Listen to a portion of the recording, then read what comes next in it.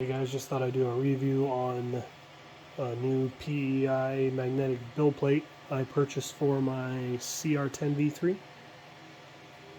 It is by Befenbay. We will hold this up and show you the back. So we have to focus. There we go. Befenbay. I bought this off Amazon. It was a little more expensive because of the size of the build plate. I think it was like $45 with free shipping. I went with the smooth surface texture on it so that the top and the bottom of my print are both smooth. I think they do offer a textured build plate. Now with your textured build plates though, the bottom surface is usually going to be rough. Yes, you can print a raft, but then you're still going to have the raft lines on the back of the part. I go with the smooth to keep the top and the bottom of the part smooth.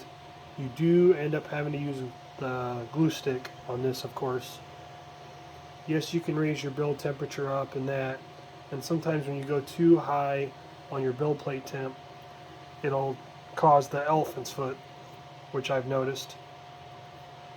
I usually run most of my prints, even PLA, about 50 to 55 on the build plate temperature. Now the nozzle temp all depends on your filament. I run right around 215. And with this build plate, a lot of people are saying that it doesn't fill up the bed completely, which it doesn't. It's about 200 thousandths only on the top and the bottom. Now your sides, those are flush. So I mean, if you can sacrifice half an inch of size, it's definitely worth it. And to clean this, once you bend the sheet back and forth and pop your part off, a lot of people say you got to use alcohol, you got to use that. The only reason I would use the alcohol would be if the part is severely stuck on there and I don't want to chisel it and ruin the surface finish.